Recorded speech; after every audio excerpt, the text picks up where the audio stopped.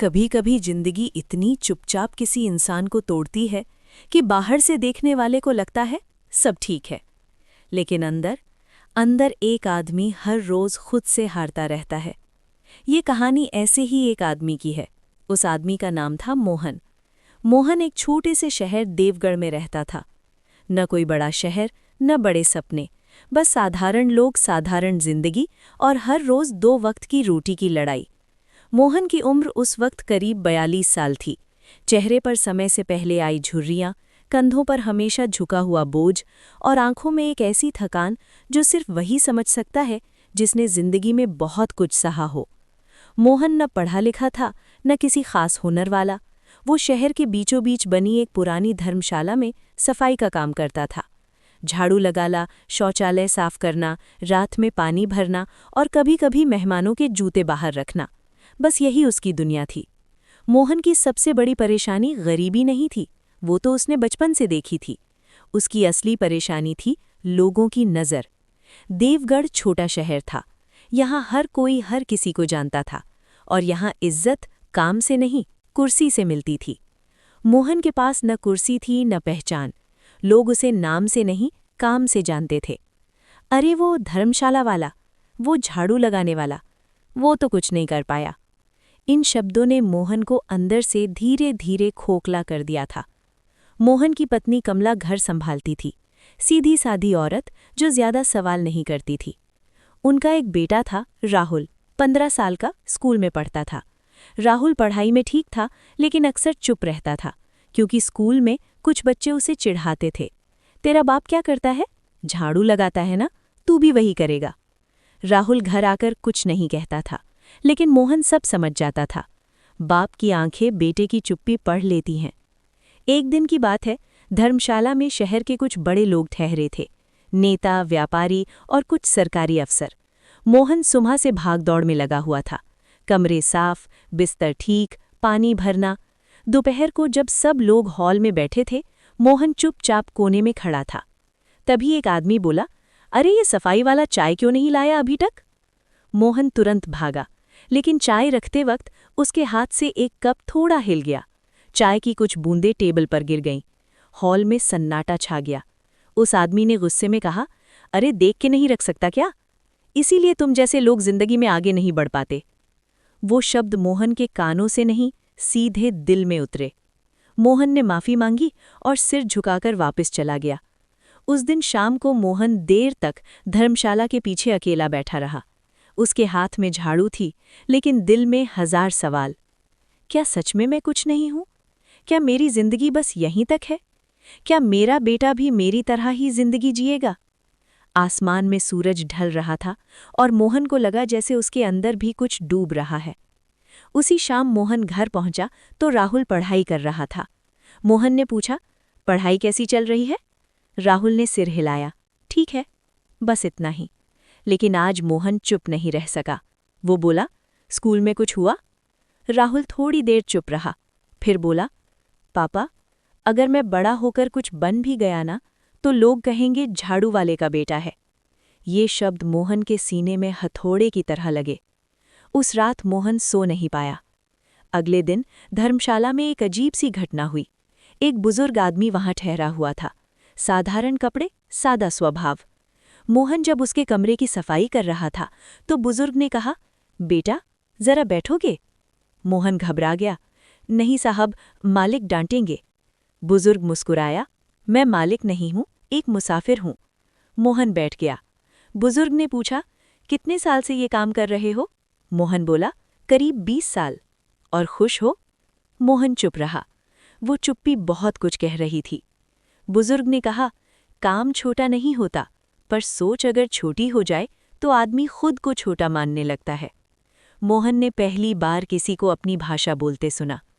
बुजुर्ग ने आगे कहा, तुम रोज सफाई करते हो ना, पर क्या कभी सोचा कि तुम जगह साफ नहीं करते, बल्कि लोगों को सुकून देते हो?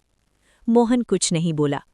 बुजुर्ग खड़े हुए और जाते जाते बोले, याद रखना, जब तक तुम खुद को कोई नहीं समझोगे, दुनिया भी तुम्हें वही समझेगी। उस दिन बुजुर्ग चला गया, लेकिन उसकी बातें मोहन के अंदर रह गईं। रात को मोहन फिर जाग रहा था, लेकिन आज उसकी आंखों में थोड़ी अलग चमक थी। वो पहली बार सोच रहा था कि अगर मैं कोई नहीं हूं तो क्या मैं कुछ बन सकता हूं। वो झाड़ू की तरफ देख रहा था। उसी झाड़ू से उसने सालों खुद को छोटा समझा था, लेकिन आज उसी झाड़ू में उसे एक शुरुआत दिख रही थी।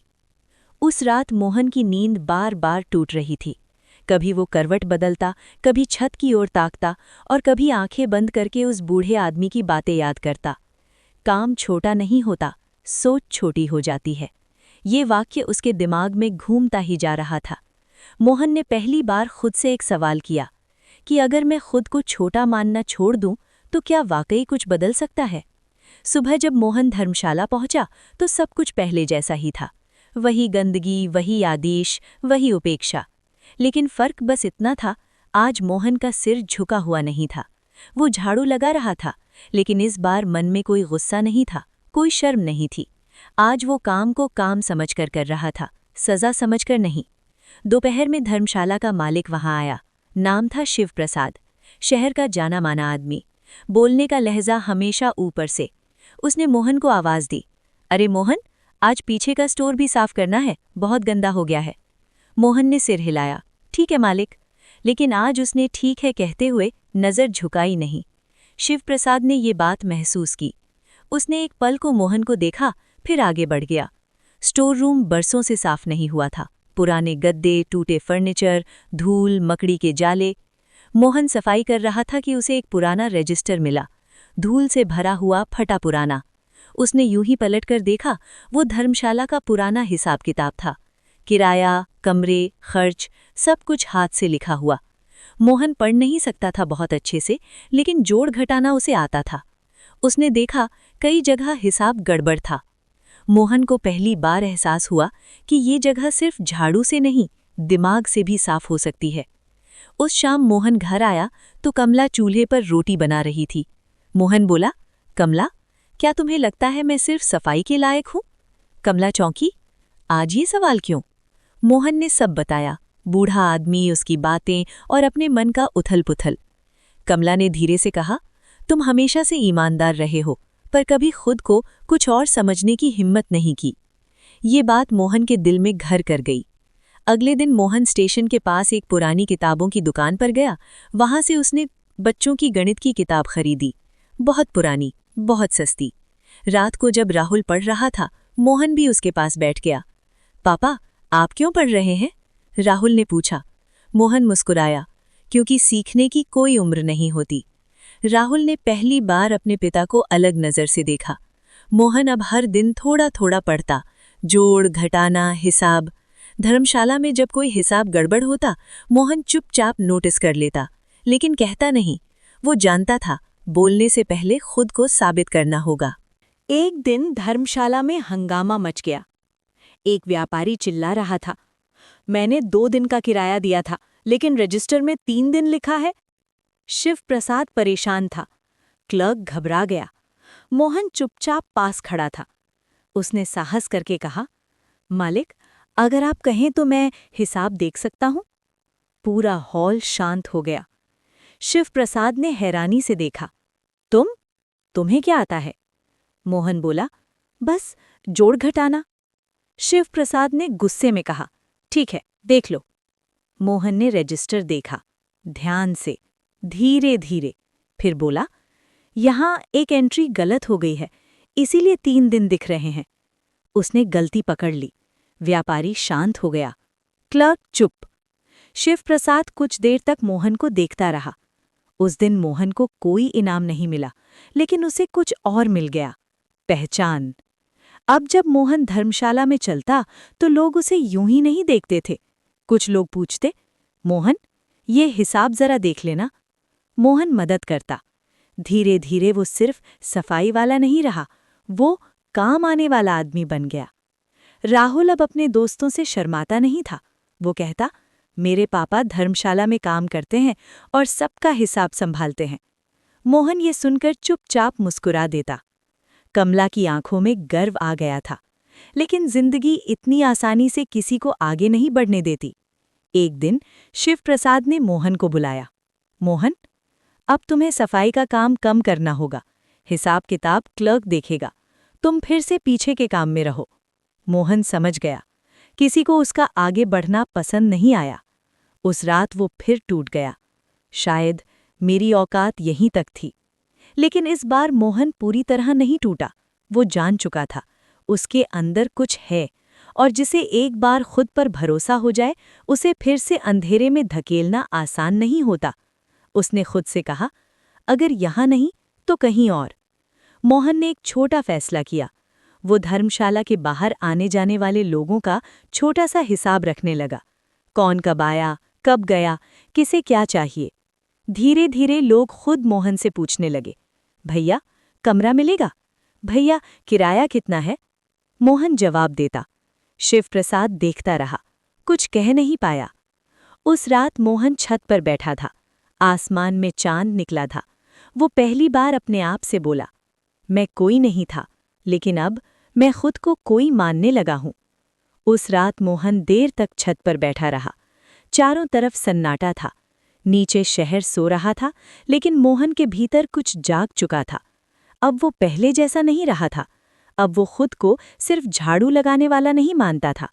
उसने पहली बार अपने जीवन को पीछे मुड़कर देखा। 20 साल उसने बिना सवाल किए काम किया। 20 साल उसने अपनी पहचान दूसरों की नज़रों से तय होने दी। लेकिन अब नहीं।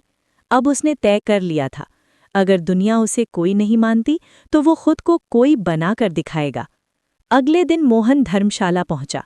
वही जगह, वही दीवारें, वही लोग। लेकिन आज मोहन की चाल में झिझक नहीं थी।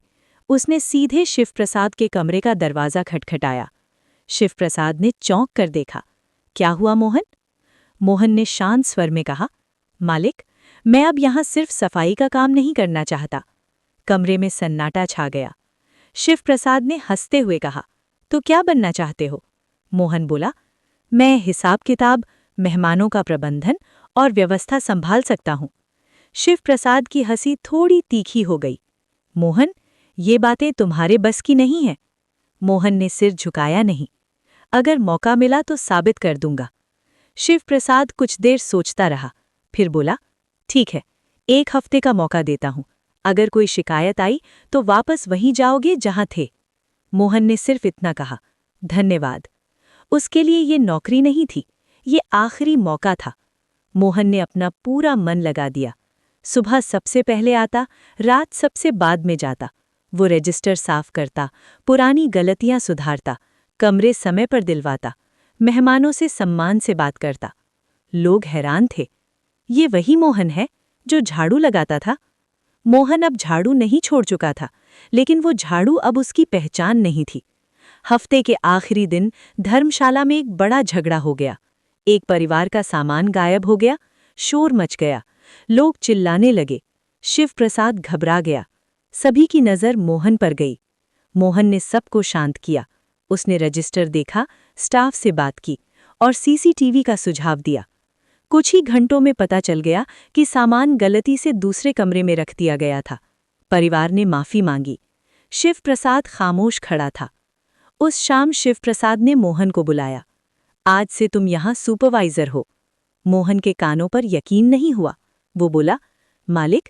शिवप्रसाद ने बात काट दी।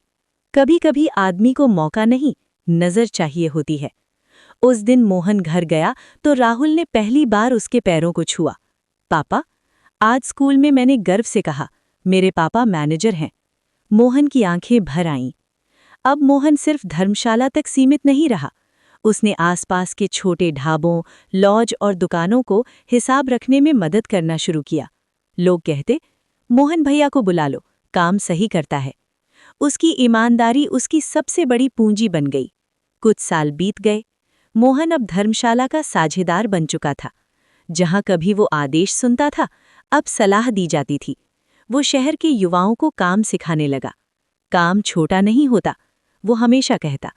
छोटी सोच काम को छोटा बना देती है। एक दिन वही नेता, वही व्यापारी फिर धर्मशाला आए।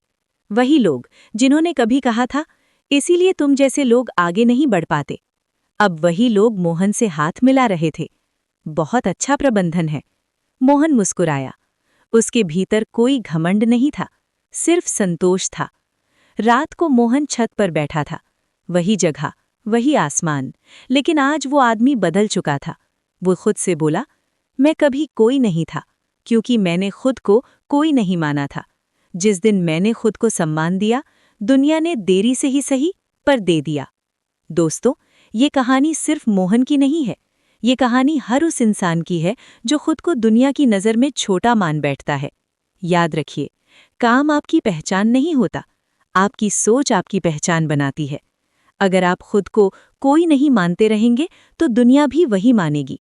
लेकिन जिस दिन आपने खुद से कहा, मैं भी कुछ बन सकता हूँ, उसी दिन आपकी कहानी शुरू हो जाती है।